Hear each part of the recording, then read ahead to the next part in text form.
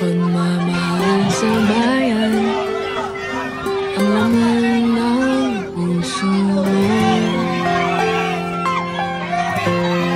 at ang iyong pagtulong ay tapat at totoo. Dahil sa'yo